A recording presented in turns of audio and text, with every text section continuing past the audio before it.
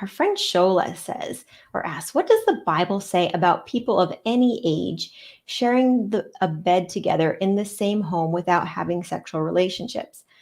Well, there are a few instances of, people sharing a bed. There's actually quite a few. But, there are instances where, you know, um, it just really depends, because are you talking about children? Are you talking about parent and child?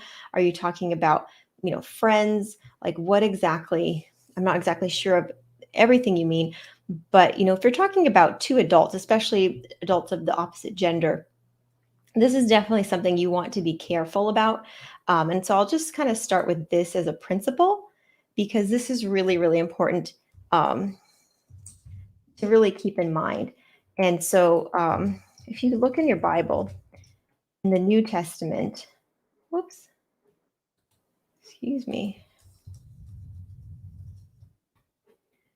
there's a verse, and I'm trying to find it right now, so my apologies. I'm kind of doing this on the fly. And so if you look in the Bible, in the New Testament, the Bible talks about avoiding the appearance of evil. And so we want to make sure that we are, we're being careful to not dishonor the name of God, even if we're not doing something that's inappropriate or against his law, because, God's law, the seventh commandment, is to not commit adultery. We're not supposed to have sexual relationships with anybody other than our spouse. And, people can try to argue the details. Oh, we're both not married, so we're not committing adultery. No, you're still committing adultery against your future spouse, against the person you should be married to, or would be one day. And so, any, any, any evil or any act of, sexual sexual nature outside of the marriage relationship, is sin. It's not right.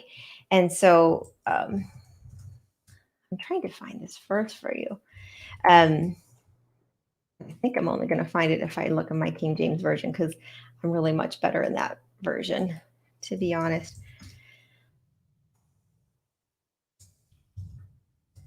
So again, it's First Thessalonians chapter 5, verse 22. It says, abstain from all appearance of evil. So, if ever we're doing something, we want to make sure we're making even the most careful decisions to show the appearance of holiness, the appearance of godliness, the appearance that we are we are abiding in God's law. And so we can't just, do things that are like, oh, well, I'm not technically doing this. You're definitely, you know, n- if you're sleeping in the same bed with somebody who's, around the same age and you're an adult and they're opposite gender, that's usually not a good choice, just because it looks inappropriate. Now, there are instances of the Bible where, you know, a, like a parent had slept in the same bed with their baby, and however, the results were very devastating. If you look um, in the, if you remember the story of King Solomon, um, and where there was two women who were harlots, and they both had sons who were babies, and they had basically, one of them had slept in the bed with the baby, and she fell asleep on it and suffocated it, and the baby died. And so that's one instance of, a parent and child sleeping in the same bed. Obviously there was nothing sexual going on, but it was still a devastating result. So that's, one instance. Just, as far as, when you're thinking of doing something like this, you have to think of the consequences that are possible for the other person. So just kind of being wise, like, the Bible gives us a lot of wisdom as far as, what is a good choice and what is not. Why would you do something that puts your child at serious risk?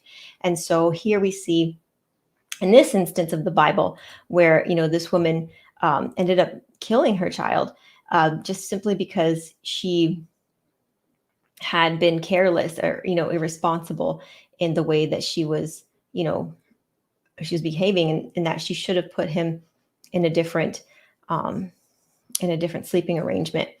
And so again, we see this in First Kings chapter 3, talking about, what, what the result was of this mother sleeping in the same bed as her baby. And what's interesting, I love this story. What's interesting to me about this passage is you see the character revealed in such an interesting way, which is obviously how King Solomon, just practiced. He was such a wise man, and so we know, the Bible tells us he was, the wisest man that had ever lived, and it's just so interesting. So let's actually go there really quick. First Kings chapter 3. And it says in verse 16, it says, Then there came two women that were harlots unto the king and stood before him. And the one woman said, O my lord, I and this woman dwell in one house, and I was delivered of a child with her in the house. And it came to pass the third day after that I was delivered, that this woman delivered also. So basically, this woman saying, like, I had a kid. 3 days later, my roommate here, she had a kid, and we were together. There was no stranger in the house. We both lived in the same house. And she said, and this woman's child died in the night because she laid on it. She fell asleep, she suffocated it. And she arose at midnight and took my son from beside me while I was sleeping and laid it in her bosom and laid her dead child in my bosom. And when I arose in the morning, I gave my child, she was trying to breastfeed, and behold, it was dead. But when I'd considered in the morning, behold, it was not my son, which I did bear. And so she basically brings the case to Solomon, saying, like, you need to help us. We have the situation where my roommate, is trying to take my child away from me because she, inadvertently killed her own by her own carelessness. And so, Solomon basically says such a wise thing. He said, bring me a sword and I'm just going to cut the live child in half and I'll give it to each of you. And, the real true mother said, no, no, no, like, give it to her. Don't harm the baby. But the other mother whose son had died said, yes, go ahead and do it. And so it just revealed who was definitely the mother, for one. And also it reveals the character of this woman who had carelessly let her child sleep in her bed, that she was not fit to be a mother in the first place, because who would let, any child be harmed in such a way? So just an interesting story to go into. And so that's one version, or one story in the Bible as far as people sleeping in the same bed. The only other story that's kind of got two adults sleeping in the same bed, well, they're not sleeping, but an adult is approached in the other bed. So if you go to the book of Ruth, and I'm trying to get the verse up for you guys, we're basically, let's see if it's here.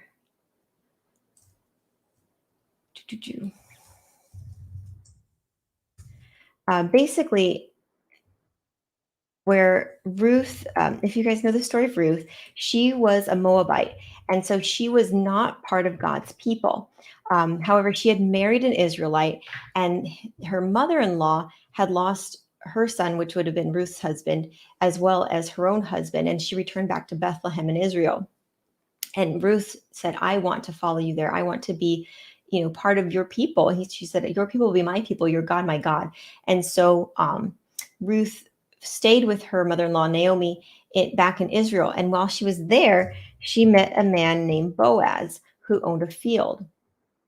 Now, the interesting thing with Boaz is that he was definitely showing interest in Ruth. He, was kind of showing this care towards her that was, indicated that he might be interested in her. And so, but it was kind of going on and not really going anywhere.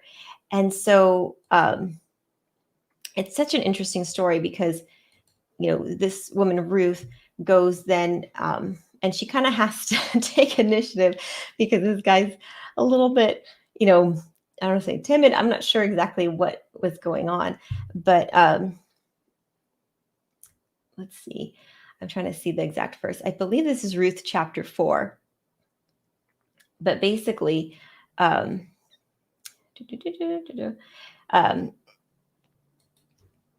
where the story is that Naomi, talks to Ruth about the situation, and she's like, look, this guy is like, he needs a little hint that you're interested in him too. And so Ruth basically in the night, she goes into Boaz's rooms and she lays at the foot of his bed and he's like, what is happening? And so basically she, but she's, fully clothed. She goes in and she lies down and she uncovers his feet. Sorry, this is Ruth chapter 3. And so she goes and she uncovers his feet while he's sleeping. He says, what are you doing here? And she says, you know, she says, sorry. And she answered, I'm Ruth, your handmaid. Spread before me your skirt over your handmaid, for you are my near kinsman. And he said, blessed be you of the Lord, my daughter, for you have shown more kindness in the latter than the beginning. And he says, don't be afraid. I will do whatever you want. And so she actually ended up staying that night. So yeah, a little bit of an interesting story there. So, they weren't married. They did kind of seemingly stay in the same bed, but they weren't yet married. And so, and you look in the next chapter and basically Boaz makes arrangements to marry her. And so it's just kind of an interesting story that, Ruth had to kind of, push in that direction without,